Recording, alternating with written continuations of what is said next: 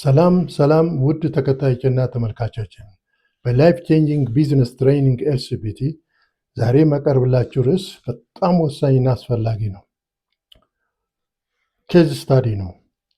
የአንድ ቢዝነስ ድርጅቱ ምናልባት ከድርጅታችሁ ጋር ላይሄድ ይችላል፣ ግን የሚቀርጸው ስትራቴጂ እንዴት እንደተገበረው፣ እንዴት እድገትና ስኬት እናመጣለት፣ ምንድናቸው እነዚህ ስኬት ሊያመጡ የሚችሉ ነገሮች ብሎ ማየት ግን ከድርጅታችሁ ጋር ማመሳሰልና ማየት ይቻላል። በዛ መገምገም ትችላላችሁ።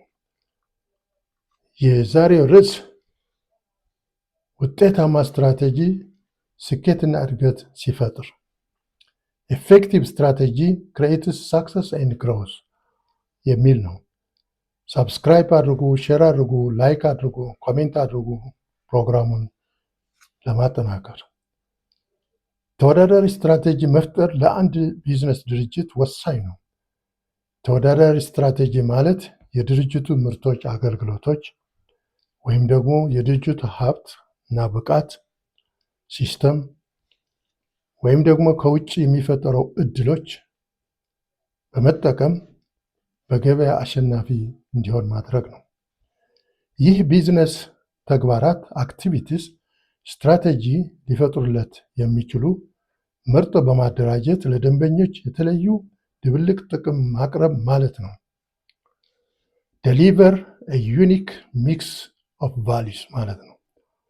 በዚህ መሰረት የአሜሪካን ሳውዝ ዌስት ኤርላይንስ ለደንበኞች በፈጠረው የተወዳዳሪ ስትራቴጂ ብቃት፣ ስትራቴጂክ ፖዚሽን፣ ምንጩ የትኬት ዋጋ ዝቅተኝነት፣ ዝቅተኛ ዋጋ ለሚፈልጉ ደንበኞች ዝቅተኛ ፕራይስ ማቅረብ፣ ምቹ፣ ተስማሚ፣ ደህንነት የጠበቀ አገልግሎት ማቅረብ፣ ከሁሉም የላቀ ደግሞ የተጠያቂነት ባህል ማሳደግ፣ ሰራተኞች ስራቸውን የሚያከብሩ፣ አስተዋጽኦውን የሚረዱ፣ ምን መስራት እንደሚገባቸው የሚያውቁ፣ ድርጅቱ ፍጹም ለውጥ መፍጠር እንዲገባ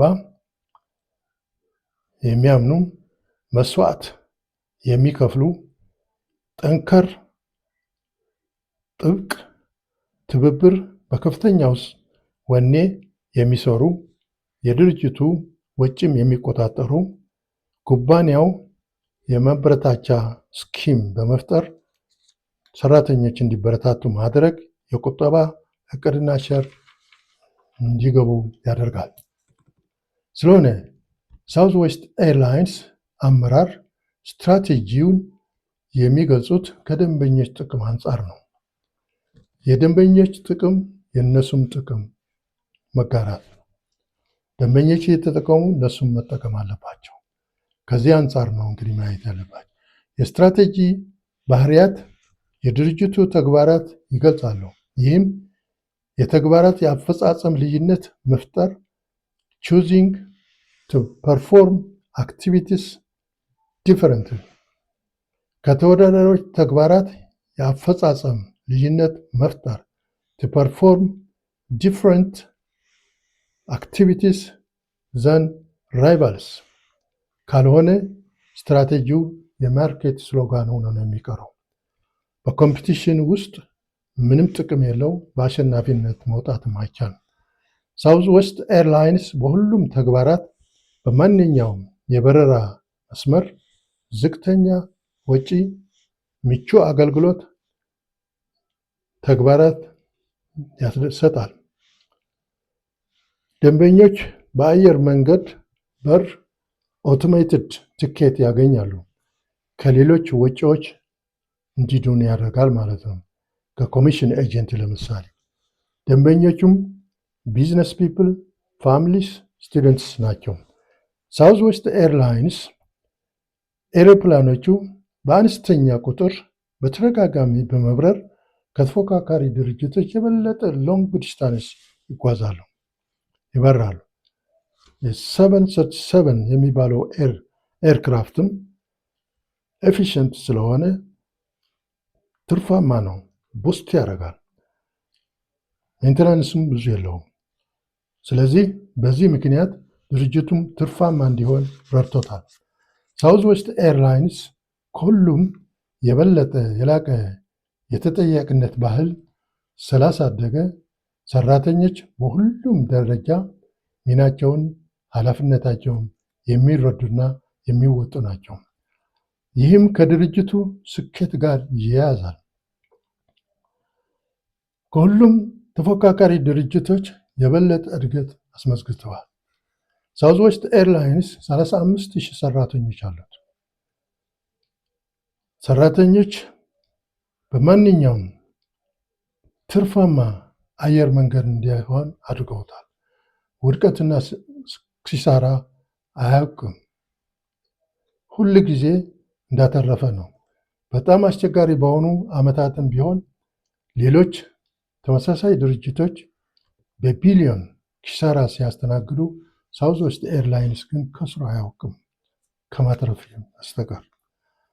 ከላይ በተጠቀሱት ምክንያቶች በተጨማሪ ኩባንያው ለስኬት ያበቃው የሰራተኞች አስተዋጽኦ በጣም ከፍተኛ ግምት የሚሰጠው ነው። የኩባንያው ሰራተኞች ሚናቸው የሚረዱ፣ ትርፋማ ለማድረግ ምን መስራት እንደሚገባቸው የሚያውቁ ናቸው። ትልቁ ነገር ደንበኞች አገልግሎት ውጤታማ እና ትርፋማ እንዲሆን ድርጅቱ ፍጹም ለውጥ መፍጠር እንዳለበት ይረዳሉ። በማንኛውም የሥራ ቦታ ወጪን ይቆጣጠራሉ።